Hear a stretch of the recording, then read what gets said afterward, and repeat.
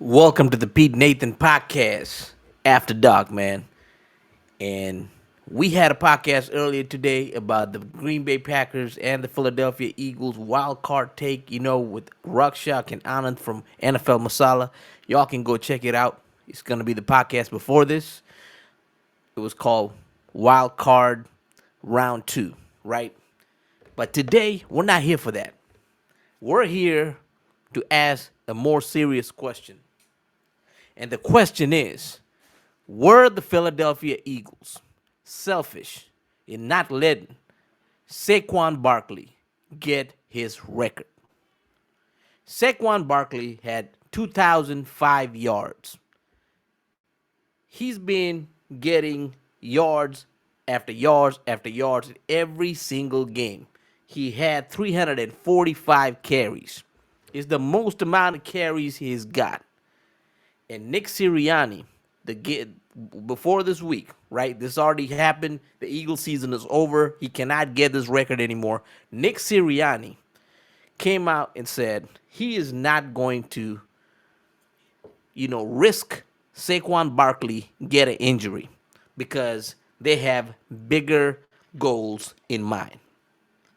Now, the bigger goals will be getting to the NFC Championship, going to the Super Bowl, and possibly winning the Super Bowl. Here's the kicker. You can get to the NFC Championship a lot of times. You can even go to the Super Bowl and get an appearance or even win it.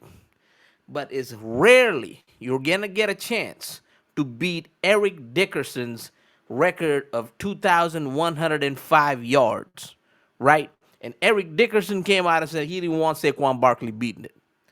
So the decision came from top, and I know this decision came from Jeffrey Lurie, and he might have had a hand in some of the NFL commissioners, not the commissioners. There's only one commissioner.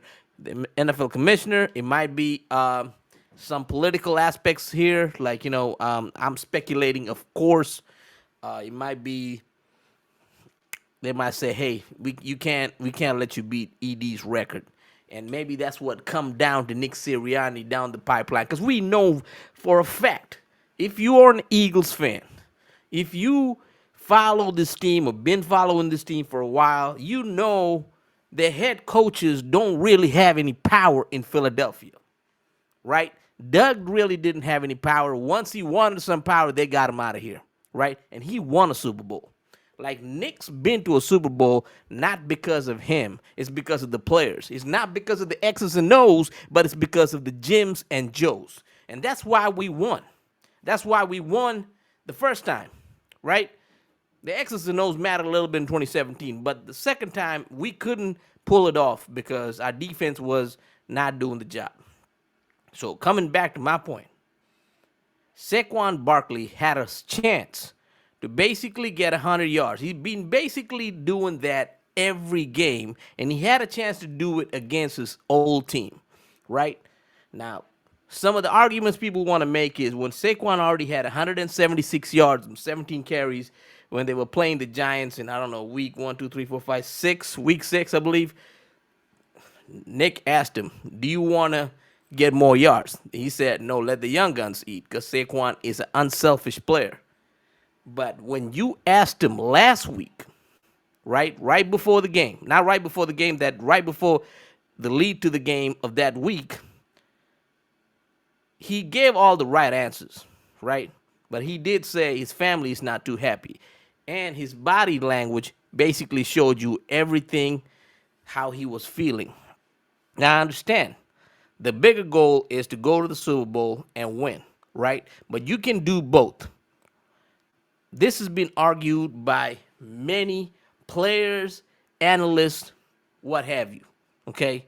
Stephen A. Smith doesn't agree with it. Shannon Sharp don't agree with it.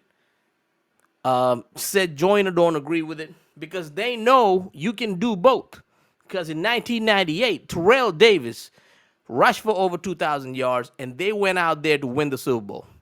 So we could have done that. Plus, if you rush and get that record, right, you now have a record that's gonna be there for a long time. right? It's not going to be broken. Plus, it's going to be a record that belongs to Philadelphia also. So I don't like the scary mentality of not going for the record and, like, just resting the starters. I don't even like the scary mentality of not even playing some of these players in the preseason, right? To get some form, to have a feel for the game. If Tom Brady plays the preseason, if Patrick Mahomes plays the preseason, who are you to not play at least one or two series of the preseason, right? Now, I really hope this game against the Packers, Jalen gets the rust off.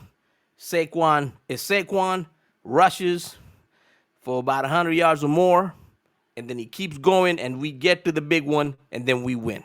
Because if you don't get to the big one, you've lost, right? If you get to the NFC Championship and you lose, Saquon's going to feel some kind of way, right? And another thing, if Saquon Barkley makes a mistake, if Saquon makes a mistake and it costs the game, you cannot be mad at Saquon Barkley.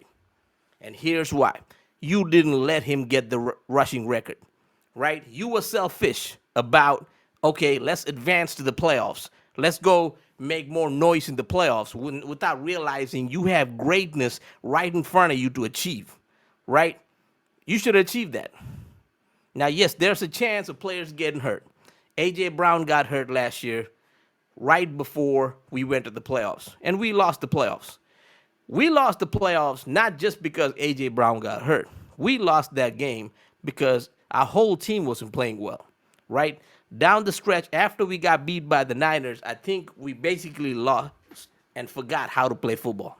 We didn't want to tackle. We didn't want to play sound football. And we were making a lot of mistakes. And then to make matters worse, there was a lot of coaching changes and whatnot by the general manager. So, I'm just an Eagles fan, just sounding it out, man. If you have let Saquon Barkley beat that record and get the record, you would have had a more energetic running back that would run through a brick wall for you, right? Now, I don't know if I can say the same about him right now. I think he still will, and I'm hoping I'm wrong, right? I'm hoping I'm wrong in all of this. We go to the Super Bowl, we win it. This team is very talented. The defense is very talented. The offense is also heating up at the right time. If Jalen gets his rust off, man, this team is going to be a hard team to beat. I really believe we can beat the Detroit Lions. If we got the Minnesota Vikings, I think we can beat them also. And we can beat the Buccaneers if we happen to run into them into the divisional playoffs, because I think this team is equipped to beat a team like the Buccaneers, because last time we played the Buccaneers, there was no Cooper DeJean. This time we got a Cooper DeJean. They're playing a little bit more sound football, so I think we got a better chance to beat the Bucs, better chance to beat the Lions, and then I think we have a better chance to even match up against a team like the Kansas City Chiefs, the Buffalo Bills, or if it's, round 2 against the Ravens, I think we got a better chance, right? If you would have let Saquon Barkley get the record. Now, the mental psyche is not what it used to be, right? He loved this team. But you cannot tell me he hasn't lost a little bit of respect for Nick Sirianni. Now, he's a smart guy. Saquon's a smart guy. He knows Nick Sirianni ain't running shit. Right? Anybody in that Eagles locker room, they know Nick Sirianni ain't running shit. Right? They know he's a puppet. Right? That's the conundrum, because we are about to lose Kellen Moore this year. Whether the season ends this Sunday or whether the season ends in February and we get a ring, because somebody gonna hire him off. And then we left again with Nick Sirianni. So the players know Nick ain't shit because they know they went through that last year, right? Nick couldn't fix the offense. So I think they're going to regret it. But I hope they don't. With that said, man, I just hope Saquon just goes ham in the playoffs. But if this affects us negatively, it's because you did not let Saquon get the rushing record. And you could have made history. You could have beaten Eric Dickerson record of 40 years, which was 1984. My fiance she was born in 1984. That's when Eric Dickerson broke the record, 1984. I know every running back that comes through the NFL wants to break that record. And running back is another position that we got to talk about. It's devalued, right? It's been devalued for a long time.